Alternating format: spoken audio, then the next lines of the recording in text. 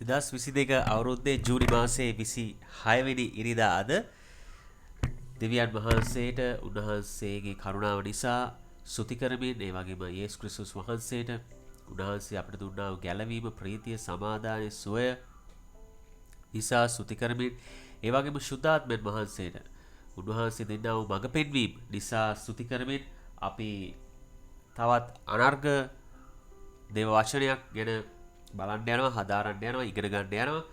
ඉතින් ඉරුදින පණිවිඩයට එහා ගිය පණිවිඩයක් වචනයක් ඉගැන්වීමක් තමයි අද මම ඔබත් සමග බෙදා ගන්න යන්නේ. සුදා මාසේ මට යාඥා කරපු මඟ පෙන්නපු කාරණාවක් මට යාඥා කරද්දී සුදා මාසේ කියපු දේ තමයි දැනගැන්මේ වචනය the word of knowledge ගැන ඔබත් සමග කරුණු කාරණා බෙදා ගන්න කියලා. ශුද්ධාත්ම දීමනා වලින් එකක් තමයි මේ දැනගැන්මේ වචනය the word of knowledge ඉංග්‍රීසි වලින් කියනවා. නමුත් අද මම හිතන්නේ නැහැ මේක ගැන සම්පූර්ණයෙන් අපිට කතා කරලා ඉවර කරන්න පුළුවන් වෙයි කියලා. මේක ඉතා ගැඹුරු අධ්‍යයනයක් ඉගැන්වීමක් සත්‍යතාවයක්. ඒ නිසා මම ටිකක් කාලය ගන්නවා අද දවසේ හැදින්වීමකට සමාන දෙයක් තමයි මම ඔබත් සමග බෙදාගන්නේ. ඒ නිසා තව ඉදිරියේදී ඒ කියන්නේ ලබන ඉරු දිනත් මම මේක කන්ටිනියු කරන්න මම බලාපොරොත්තු වෙනවා. අද දවසේ අපි මේ ගැන හැදින්වීමක් බලමු. මේ දැනගැන්මේ වචනය කියන්නේ මොකක්ද? ඒක කොහොමද අපිට ලබා ගන්න පුළුවන්? ඒක ඔබට තියෙනවද? ඒක මොකක් උදෙසාද? මෙවැනි කාරණා බලමු. ඊට පස්සේ අපි මේකේ ක්‍රියාකාරීත්වය මේ කොහොමද ක්‍රියා කරන්න කියලා සහ මේක කොහොමද පාවිච්චියට ගන්නෙ කොයි අවස්ථාවලද ඒ සියලු කාරණා අපි කතා කරමු ඉදිරියේදී. ශුද්ධාත්ම දීමනා යටතේ දැනගැන්මේ වචනය අපි කතා කරමු. අපි පෙරලා ගමු 1 කොරින්ති පොතේ 12 වෙනි පරිච්ඡේදයට. 1 කොරින්ති පොතේ 12 වෙනි පරිච්ඡේදයට. යේසුස් වහන්සේ යහපත්. ඊටම තනර්ග එරුදිනක අපි ඉන්නේ. බොහොමත් ප්‍රීතියෙන් අපි ස්වාමීන් වහන්සේගේ වචනේ බලමු. ඒ තුල වර්ධනය වෙමු, ඇදහිල්ල වැඩි කරගමු, ශක්තිමත් වෙමු, ආශිර්වාද ලැබමු. ආමෙන්. හලෙලූයා. 1 කොරින්ති පොතේ 12 වෙනි පරිච්ඡේදයට මම පෙරලා ගමු කිව්වා. අපි බලමු 8 වෙනි පදය. මේ 8 වෙනි පදයේ තියෙනවා ආත්මයන් වහන්සේ කරන කොටගෙන එක්කෙනෙකුට ප්‍රඥාවේ වචනයද එම ආත්මයන් වහන්සේ කරන කොටගෙන තවත් කෙනෙකුට දැනගැන්මේ වචනය. එහෙම නැත්නම් දැනගැනීමේ වචනයද. අන්න කියලා තියෙනවා. මේ වචනේ එතන තමයි කියලා තියෙන්නේ මේ දැනගැනීමේ වචනය ශුද්ධාත්ම දීමනාවක් කියන දේ. 1 කොරින්ති 12 වෙනි පරිච්ඡේදයේ 8 වෙනි පදය තමයි මම කියුවේ. එතන සඳහන් වෙලා තියෙනවා. එතකොට මේ දැනගැන්මේ වචනය සම්බන්ධයෙන් දැනගැන්මේ වචනය ශුද්ධාත්ම දීමනාවක් කියන කාරණය. මේ සමග මම බෙදා ගන්න කැමති පොඩි මගේ අත්දැකීමක්. මට මතකයි දැනට අවුරුද්දකට විතර ඉහත කාලේදී එක්තරා පවුලක් මේ අය දෙවියන් වහන්සේව අඳුරන ගැලවීමට ආපු පවුලක් නෙවෙයි. අන්‍ය ජාතිකයන්, අන්‍ය ආගමිකයන්, එහෙම නැත්නම් අන්‍ය දෘෂ්ටීන් කියලා හඳුන්වන්නත් පුළුවන්. බොවුන් මම සහ කෙන්යා කරපු ප්‍රේමේ ක්‍රියා කීපයක් කාරණ කොටගෙන හේතු කොටගෙන උන් සමග බෙදා හදාගත් දේවල් නිසා උන් සමග කතා බහ කරපු නිසා ඒ ප්‍රේමය උන් අත්දැකලා උන් අපිට ආරාධනා කරා උන්ගේ ගෙදරට එන නිවසට එන්න අපිට යහශ්‍යාවක් කරගන්න කැමති ආසයි. ඒ වගේම ඔයගොල්ලන්ට කෑම වේලක් දෙන්න ආසයි. ඔයගොල්ලොත් එක්ක පොඩි වෙලාවක් ගත කරන්න ආසයි. අපි කැමති අපි ආරාධනා කරනවා අපි නිවසට එන්න කියලා. ඉතින් අපි අපි එන්නම් අපි හෙට එන්න අදහවස මෙන්න කියලා ගියේ නෑ. කෙන්යත් මාත් ස්වාමීන් වහන්සේගෙන් ඇහුවා අනුමැතිය ඉල්ලගත්තා. ස්වාමීන් වහන්සේ අනුමැතිය දුන්නා. අපි යාඥා කරපුවම තමයි මේ අනුමැතිය ගත්තේ. නැත්තම් නිකන් එකපාරට යන්න කියලා හිතලා යන එක නෙමෙයි. අපි යාඥාවෙන් ස්වාමීන් වහන්සේගේ කැමැත්ත හෙව්වා අනුමැතිය හෙව්වා. ඒ වගේම මඟ පෙන්වීම ඉල්ලගත්තා. යාඥාවෙන් සූදානම් වුණා. නමුත් සුදාමාසේ විශාල කාරණා මට කිව්වේ එළිදරව් කරේ නෑ. නමුත් අපි යාඥා කරා මේ යාමට ප්‍රථමයෙන් අපි ඒ ස්ථානයේ අන්ධකාර බල බිඳලා ආලෝකය එතන විහිදෙන පිණිස සුදාමාසේ ක්‍රියා කරන පිණිස ඕන ඇදහිමි කීකරුකමට එන පිණිස ගැලවීමට එන පිණිස සුදාමාසගේ බලය උන්ට ප්‍රකාශන පිණිස අපි ආශ්‍රය කර අපි සූදානම් වුණා. අපි සූදානම් වෙලා අපි ගියා. අපි ගියා මේ නිවසේ තාත්තා අම්මා දුව තමා ඉන්නේ. මේ තුන් දෙනා ඉඳලා වාඩි වෙලා අපි පිළි අරගෙන මම හිතන්නේ අපි මොන හරි අරගෙනත් ගියා. ඒවා අපි දුන්නා දීලා hina වෙලා උන් සතුටින් අපි පිළිගත්තා. ඊට පස්සේ ඉඳගෙන කතා බහට යොමු වුණා. ඒ කතා බහට යොමු වෙලා මේ අම්මා මට කිව්වා මෙහෙමයි පුතා මේ ප්‍රශ්න වගේක් තියෙනවා. අපිට මෙන්න මෙහෙම කරදර වගේක් තියෙනවා. ඉතින් මොනවාද කියලා හිතා ගන්න අමාරුයි මේවට හේතු. මොන හරි අපිට කරලවත් ඇති නේද? මොන හරි වලලා තියනවද දන්නේ නැහැ අපේ ගේ වත් එහෙමනේ කියලා මගේ එකපාරට ඇහුවා. මං කිව්වා වෙන කවුරුත් නම් වලලා නැහැ. අම්මම තමයි වලලා තියෙන්නේ කියලා. ඒ කියන්නේ අම්මා නැවත මම කිව්වොත් අම්මා ඇහුවා වෙන කවුරු හරි අම්මා අදහස් කරේ වෙන කවුරු හරි ඒගොල්ලෝගේ කරදර වලට හේතු වෙන පිණිස හේතු වෙන්න ඒගොල්ලෝට කරදර පැමිණෙන්න ප්‍රශ්න කරදර වැඩි වෙන්න ඒගොල්ලොන්ට කවුරු හරි දෙයක් කරලා මන්තර යන්තර ගුරුකම් හූඩියම් කොඩිවිරයක් කරලා ඒ වත්තේ වලලා තියනවද කියලා තමයි මගෙන් පැහැදිලිවම ඇහුවේ. නමුත් මම පෙරලා උත්තර දෙනවා නැහැ එහෙම වෙන කෙනෙක් නෙවෙයි පිට අය නෙවෙයි අම්මම වත්ත හාරලා වත්තේ වලලා තියනවා එක එක යක්ෂ දේවල්. එහෙම නේද අම්මා කියලා මම අම්මගෙන් ඇහුවා. එතකොට අම්මට ඇත්තටම හිනාවක් ගියා හිතා ගන්න බැරි වුණා යාට මේ කොහොමද මේ දේ කිව්වේ කියලා. අම්මා පෙරලා උතුණා ඔව් මම කිව්වා ඒක තමයි. අම්මා යක්ෂ දේවල් කරලා අම්මා බලාපොරොත්තු වෙනවා ආලෝකය.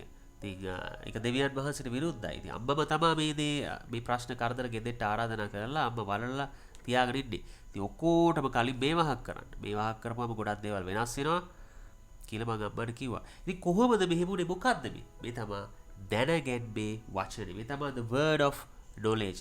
ඉතින් එලෙස තමයි සුද්ධාත්මයන් වහන්සේ අපිට උදව් කරන්නේ මේ සේවය උදෙසා මිනිස්ට්‍රි එක උදෙසා ප්‍රධාන කොටම මේ අන්‍ය ජාතීන්ගේ කීකරු වීමට දෙවියන් වහන්සේගේ බලය උන් අත්දැකීමට සුද්ධාත්මයන් වහන්සේ අන්න එලෙස දෙවියන් වහන්සේගේ මිනිස්යාට උදව් කරනවා. ඇදහිලිවන්තයන්ට උදව් කරනවා දැනගැනීමේ වචනයක් හරහා.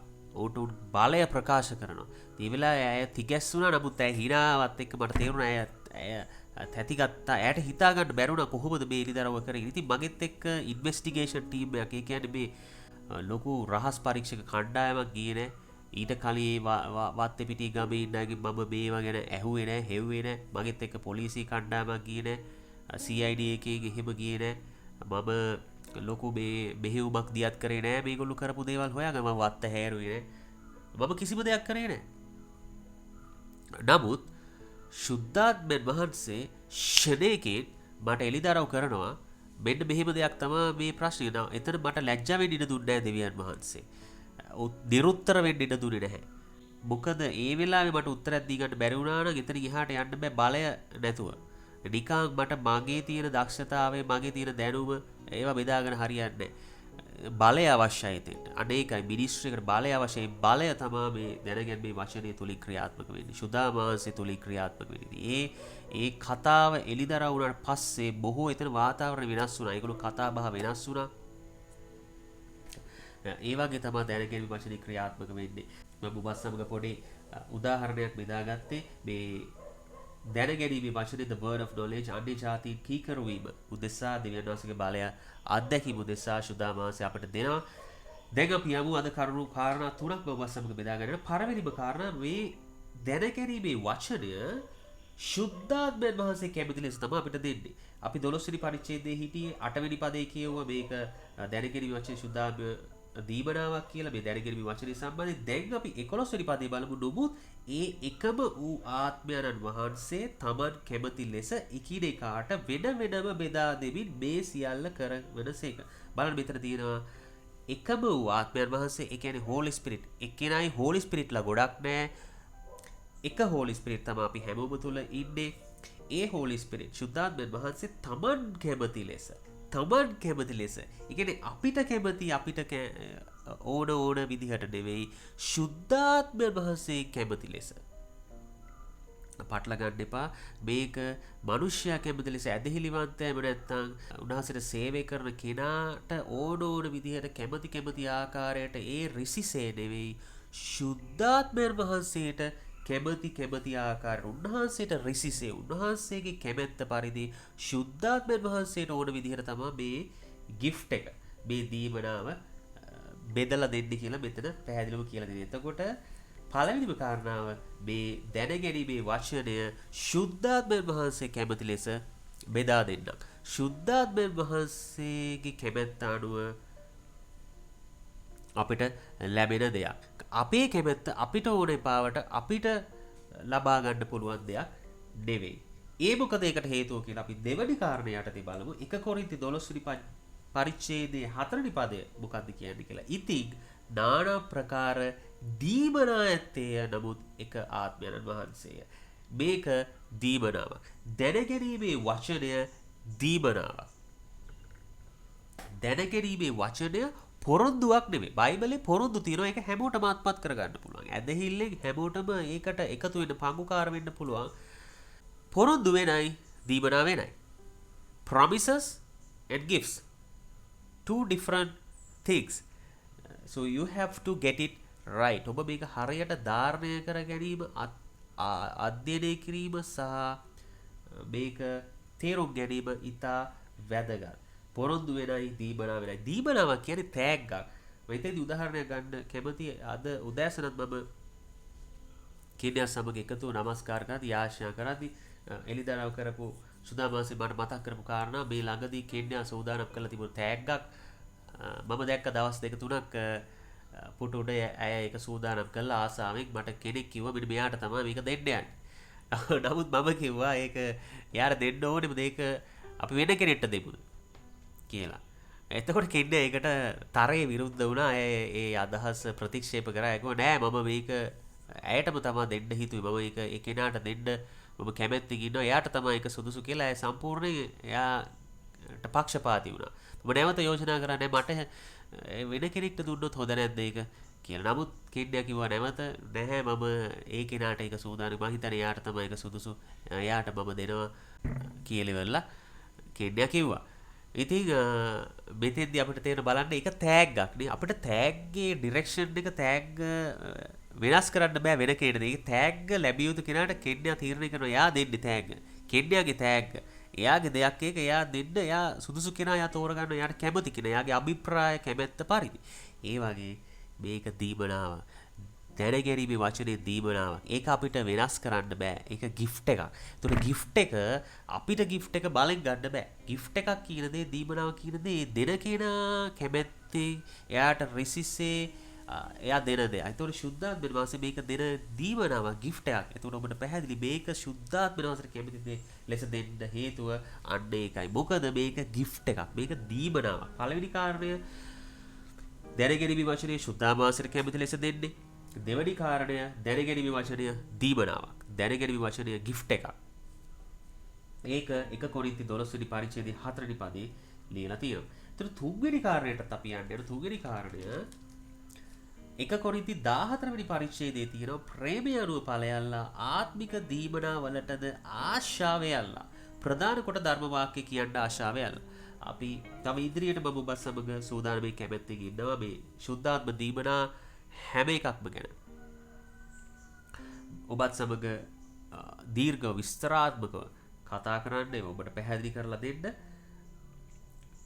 නමුත් අද දවසේ අපි දැනගැනීමේ වචනය ගැන කතා කරන්නේ. ඒ නිසා මම ධර්ම වාක්‍ය කීපේ දීමනාව ගැන කතා කරන්නේ. ඒ වගේම මෙතන ප්‍රේමය අනුව ඵලයල්ලා කියලා තියෙනවා. ඒක ගැන ඉදිරියට කතා කරමු. සියලු දීමනාවට වඩා උතුම්ම දීමනාව ප්‍රේමය. ඒක වෙනම කාරණයක්. අපි ඒ ගැනත් කතා කරමු. අද මාතෘකාව යටතේ මෙතන ආත්මික දීමනාවලට ආශාවයල්ලා කියලා තියෙනවා. ඒක තුන්වෙනි කාරණාව මේ දැනගැනීමේ දීමනා දැනගැනීමේ වචනය මේ දීමනාව ලැබීමට ඔබට ආස වෙන්න පුළුවන්.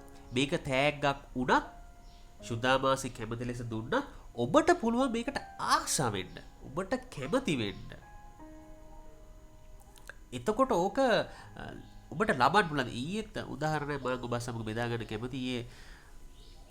කෙන්යා කිව්වා එයා දැක්කා කීප දෙනෙක් උදේ වරුවේ මේ රඹුටන් කියන පළතුර කනවා. යාට තාසයි තුණා ඒක කන්න ගොඩ දවසකින් කාපු නැති නිසා කියලා මට එයා කිව්වා. එතකොට ඒ දවසේම ඊයේ දවසේම හවස් වරුවේ මම මාව ඇත්තටම සුද්ධාමාංශේ මඟ පෙන්නුවා අලුත්ම දෙදෙනෙක්ට දෙවියන් වහන්සේ ගැන කියන්න, මිනිස්ටර් කරන්න, සේවය කරන්න.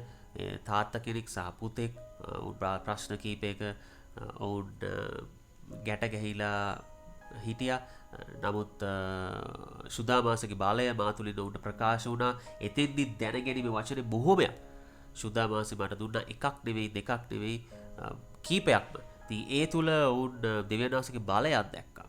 ඔවුන් තදින්ම මිත්‍යාව පසුපස යන අය, අන්‍යාගමික අන්‍ය දෘෂ්ටි. නමුත් ඒ දැනගැනීමේ වචන තුල මම කිව්වා වූ කාරණා තුල එලිදරව් වීම තුල පුදුමයට මවිතයට පත් වුණ දෙවියන් වහන්සේගේ බලය ගැන මම උන්ට පැහැදිලිව කිව්වා. පිළිමවලට විශ්වය, පිළිම, ගහකොළ, ඉර හඳ ඒවා මිනිස්සු නෙවෙයි, ඒවට පණ නැහැ, ඒවට ජීවය නැහැ. නමුත් දෙවියන් වහන්සේ ජීවමානයි. එතකොට මේ ප්‍රශ්නවලදී අපි බලන්න ඕනේ ගැටලු වලදී මේවා දිහා නෙවෙයි.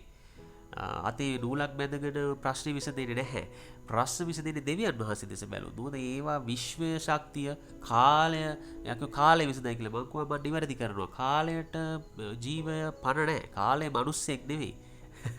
කාලය, විශ්වය, ගහකොළ සියල්ල මේ දෙවියන් වහන්සේ. ඒතර අපි දෙවියන් වහන්සේ දෙස බලද්දී දෙවියන් වහන්සේ උදව් කරන අපේ ප්‍රශ්නේ එළියට එන්න. ආමේන්. දෙවියන් වහන්සේ ඔබට විසඳුම දෙනවා. ඒක නිසා තමයි උන්වහන්සේ අද මම ඔබ විනෝ ගැසුවේ කියද්දි මේව කතා කර ඉද්දි ඒ තාත්තා කො පුතේ අර වත්තේ තියෙන රඹුටන් ටිකක් කඩලා දෙන්නකෝ මෙයාට මේ කියලෙවලා බට රඹුටන් මල්ලන් බුදුන් නැති මං ගෙදර ගෙනල්ලා කෙන්ඩයට මේ විස්තර බෙදාගත්තා. ඉතින් කෙන්ඩයා ඒ කතාව මගෙත් එක්ක බෙදාගත්තේ. ඒ වෙනකොට මට ඒ රඹුටන් සම්බන්ධයෙන් කියලා තිබුණේ නැහැ. නමුත් ඒ වෙලාවේ මට කිව්වා මෙහෙමයි උදේ මම මෙහෙම දැක්කා කීප දෙනෙක් කනවා. ඉතින් මට ආස හිතුණා ගොඩ දවසකින් කාලා නැති නිසා. ඉතින් මාත් ඇත්තටම ගොඩ දවසකින් කාලා තිබුණේ නැහැ. නමුත් රඹුටන් මල්ලක් අපිට හම්බුණා. ඉතින් බලන්න ඒ ආසාව එමුනේ. පිපාසෙ ආසාව වුණා. රඹුටන් වලට ආසාව වුණා. එතන අපි එක සුදුසුකමක් විදිහට දෙවියන් වහන්සේ දැක්ක එක මේ තාවස් වෙද්දි මේදා දවසේ අපිට ඒක හම්බුණා. ඒ වගේ මෙතන මේ ආසාවීම, පිපාසයේ සුදුසුකමක් ඔබට ඒක ලැබීමට අවශ්‍ය නම් දැනගැනීමේ වචනය ඒක තෑග්ගක්. සුද්ධාමාංශේ කැමති කෙනාට දෙන්නේ. සුද්ධාමාංශේ කැමති ලෙස කියලා එහෙම කතා කරා මම කිව්වා. නමුත් ඔබට ආශා වෙන්න පුළුවන්. ඒක දේ වචනේ කියලා තියෙන ආත්මික දීපනාවලට ආශා වෙන්න කියලා. පිපාසය වෙන්න. ඒක සුදුසුකම. ඉතින් ඔබට ඒක ලැබීමට අවශ්‍ය නම් ඔබට ඒක නෑ. නමුත් ආසයි නම් ඔබට පුළුවන් ආශා වෙන්න. 1 කුරින්ති 14 එක මම කිව්වේ. ඒ තුල සුද්ධාමාංශයෙන් ඔබට ඒක දීමනාව ලැබීමට සුදුසුකමක් වෙන්න පුළුවන් ඔබ ආශා වීම. මොකද මටත් මුල් කාලේ මේ වැඩි එලිදරව් වීම ලැබුණේ දැනගැනීම වචනේ තිබුණේ. මම ආසා වුණා. මම පිපාස වුණා මේ දැනගැනීම වචනේ ලබා ගැනීමට මට ඕන වුණා. නමුත් මේක මට වැඩ පෙන්නන්න, මැජික් පෙන්නන්න, බලවත් කිරි කියලා කරන්න නෙවෙයි. අවංකව යටහත්ව හදවතින්ම මට ඕන උනේ අර්ධ සාක්ෂියට එකඟව දෙවියන් වහන්සේව මිනිසුන්ට ප්‍රකාශ කරන්න.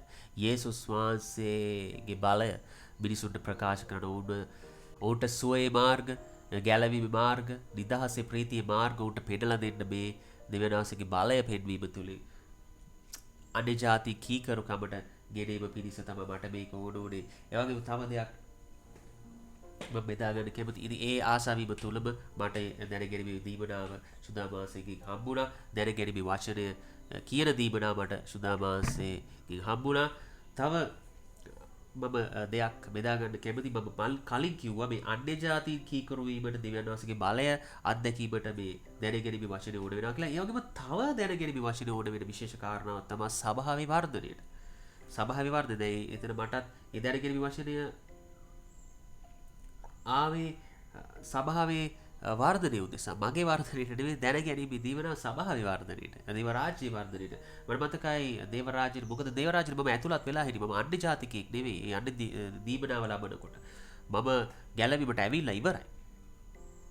දෙවියන් වහන්සේ අඳුරගෙන ඉවරයි. මම දෙවියන් වහන්සේගේ බලය අත්දැකලා තිබ්බේ මේ වෙනකොට. ඊට පස්සේ මාව සභාවේ වර්ධනයට, දේව රාජ්‍යයේ වර්ධනයට පාවිච්චි කිරීම උදෙසා සුද්ධාමාංශේ මට දැන ගැනීමේ දීමනාව දුන්නා. ඒ වගේ මට මතකයි තවත් ළමෙක් මේ අම්මත් එක්ක මේ ළමයා මේ අපේ ගෙදර ආවා යාඥා කරගන්න දේ වචන ඉගෙන ගන්න කෙනෙක් මාත් උන්ට ගුරුකම් දුන්න දෙවියන් වහන්සේගේ වචනය සම්බන්ධයෙන් අපි උන්ට යාඥා කරා මේ ඔක්කොම ඉවර වුණාම යන්න කලින් ආයෙමත් අපිට ඒක හංගගෙන ඉඳලා ඒක ලැජ්ජ නිසා වෙන්න පුළුවන්. නමුත් ඒ අම්මගේ පෙරත්ත කිරීම නිසා ඒ එක දරුවෙක් අපිත් එක්ක බෙදාගත්තා. මට පොඩි ප්‍රශ්නයක් තියෙනවා පාස්ටර් යාඥා කරගන්න අවශ්‍යයි. මොකක්ද කියන්නේ? එතකොට කිව්වා ඒ දරුවාට සෑහෙන කාලයක් මේ රෑෂ් එකක් වගේ කසන රෝගයක් තියෙනවා දද කුෂ්ඨයක් වගේ. මොකද හේතුව දන්නේ නේද මම යාඥා කරගන්න පුළුවන් දෙයක් නේ මම පොඩ්ඩක් පෙන්නන්න කියලා. මම බැලුවා ඒක කුෂ්ඨ රෝගයක් වැඩි මම දැක්කා ෂඩේකේ එසරින් මම ඒ වෙලෙම මම ඔහුගෙන් ඇහුවා ඕගොල්ලෝ සහ ඔයා 10 කොටස දෙවියන් වහන්සේට දෙනවද? පොඩි වෙලා කල්පනා කරලා ඔහු පිළිතුරු දුන්නා ඒ කෙනා නැහැ කියලා. හරියට දෙන්නේ නැහැ කියලා. කාලයක් දෙන්න පුරුදුලා හිටියා. නමුත් හරියට දෙන්නේ නැහැ මම ඒක පිළිගන්න. මං කිව්වා ඒක දෙන්න. ඒක දිය යුතුයි. ඒක මේකට හේතුව. ඒක තමයි මේකේ මේ රෝගය පැමිණීමේ මුල. root cause එක. මේ රෝගය දද කුෂ්ඨය ඔබට පැමිණීමේ මුල අන්න ඒක. අද ඉඳලා ඒක හදාගන්න 10 කොටස දේව රාජ දෙවියන් වහන්සේට දෙන්න. ඔබ මේ සුවය ලබනවා කියලා මම ඒක ප්‍රකාශ කළා කියලා දීලා ඒකේ මුල හේතුකාරකේ ඊට පස්සේ මම යාඥා කරා. යාඥා කරා උන් ගෙදර ගියා. ඊට පස්සේ නැවත ආයමත් දේවචන ඉගෙන ගන්න ඊළඟ සතියේ එනකොට උන් සාක්ෂි දරුවා සම්පූර්ණයෙන් කුෂ්ඨ රෝගේ රෑෂ් එක වගේ තිබ්බ තැන සුදු වෙලා තිබ්බ කසල තුවාල වෙලා තිබ්බ තැන හොයා ගන්නවත් නැහැ සම්පූර්ණ සුවයි කියලා මට පෙන්නුවා සාක්ෂි දරුවා. ඊට පස්සෙත් නැවත උන් අපිට මුණ ගැසුණා. යාඥාවල් වලදී සියල්ලදී ඔවුන් කිව්වා ඔවුන් ප්‍රකාශ කරා සාක්ෂි දරුවා ඒක සම්පූර්ණ තුවාලේ හොඳ වුණා කියලා. ඊළඟ උන් කිව්වා 10 කොටස දෙන්න පටන් ගත්තා කියලා. ඒ නිසා තමයි මේ සුවය ලැබුවේ කියලා. ඉතින් උන් සාක්ෂි දරුවා. ඒකට හේතුව උනේ 10 කොටස නොදීම. ඒක වෙනම පාඩමක් මම ඒවයි කරුණු කීපයක් 10 කොටස සම්බන්ධ ඉගෙනීම් වලදී ඔබ සමග බෙදාගෙන තිනු ඔබට ආයෙමත් ඕන YouTube channel එකේ Mission Try Sri Lanka ඔබට ගිහිල්ලා අහන්න පුළුවන්. 10 කොටස සම්බන්ධ කාරණා. ඉතින් මෙතන මේ සභාවේ වර්ධනයේ සභාව පිරිසිදු කිරීමට to purify the church අඩේදා තීන්ම කීකරු වීමට ගේන්නේ වගේ දේවදාස්ගේ බලය උන්ට ප්‍රකාශ කරන්න වගේ මං කිව්වා සභාවේ වර්ධනයට. ඒක දේව රාජ්‍යයේ වර්ධනයට මේ දැනගැනීමේ වචනය අවශ්‍යයි. මොකද දැන් බලන්න ඔවුන් ඇදහිලිවන්තයෝ. ඔවුන් දෙවියන් වහන්සේව දන්නවා. ඔවුන් දේව දරුවෝ. දේව සභාවට අයත් දෙවියන් වහන්සේගේ දරුවෝ. සභාවට අයත් අය. නමුත් සභාවේ වර්ධනයට උන් දායක වෙන්නේ නැහැ 10 කොටස දෙන්නේ. එතකොට දෙවියන් වහන්සේ දැනගැනීමේ වචනයක් තුලින් ඒක ප්‍රකාශ වෙන්න උට එළිදරව් වෙන්න සලස්සනවා. ඒ දෙවියන් වහන්සේ සුදාමාසේ කර්ණකොට උන් නැවත පාවිච්චි කරන සභාවේ වර්ධනයට. ඒ වගේම සභාවේ වැරදි පෙන්නලා දෙනවා. සභාව පිරිසිදු කරනවා. සභාව පෙරලා ගන්නවා අර ෆිල්ටර් කරනවා. ඒ දැනගැනීමේ වචනය තුලින්. ඒකත් මම බස් සමග බෙදා ගන්න කැමති මේ කාරණා දෙකත් අන්‍ය ජාතිගේ කීකරු වීමට දෙවියන් වහන්සේගේ බලය උන්ට ප්‍රකාශ කිරීමට වගේම සභාවේ වර්ධනයට මේ දැනගැනීමේ වචනය අවශ්‍යයි. ඒ වගේම දැනගැනීමේ වචනය සම්බන්ධයෙන් අද කතා කරපු කාරණා තුල මම නැවත ඔබට මතක් කරන්න සුද්ධාමාසයේ කැමති ලෙස තමයි දැනගැනීමේ වචනය දෙන්නේ. ඒ වගේම දැනගැනීමේ වචනේ දීමනාවක්, ඒ වගේම තෙවෙනුව මේ දැනගැනීමේ වචනයට ආශාව වීම පිපාසය තුල සුදුසුකමක් විදිහට දේ වචනේ තියෙනවා. ඔබටත් ඒක ලබන්න පුළුවන්. ඒ නිසාද පටන් ඔබ ආශාව වුණොත් ඔබට දැනගැනීමේ වචනය සුද්ධාමාසය තුල ලබන්න පුළුවන්. විශ්වාසයෙන් ආශාවෙන් ඇදහිල්ලෙන් යාඥා කරන්න මම විශ්වාස කරනවා ඔබගේ අවංක හදවත තුළ ඔබට සේවය කිරීමේ ආශාව තුළ දේව රාජ්‍යයේ වර්ධනයට දායක වීමේ කැමැත්ත අභිප්‍රාය තුළ ඔබට මේකට සුදුස්සෙක් වීමට නොහැකියාවක් නැහැ. මොකද දේව වචනේ එක කියලා තියෙනවා. අපි ඉදිරියටත් මම පොරොන්දු වුණා ඔබ සමග මේ දැනගැනීමේ වචනේ සම්බන්ධයෙන් එහි ක්‍රියාකාරීත්වය සම්බන්ධයෙන් තවත් මගේ ජීවිත අත්දැකීම් සාක්ෂි සමග ඔබ සමග බෙදා ගැනීමට සූදානම්.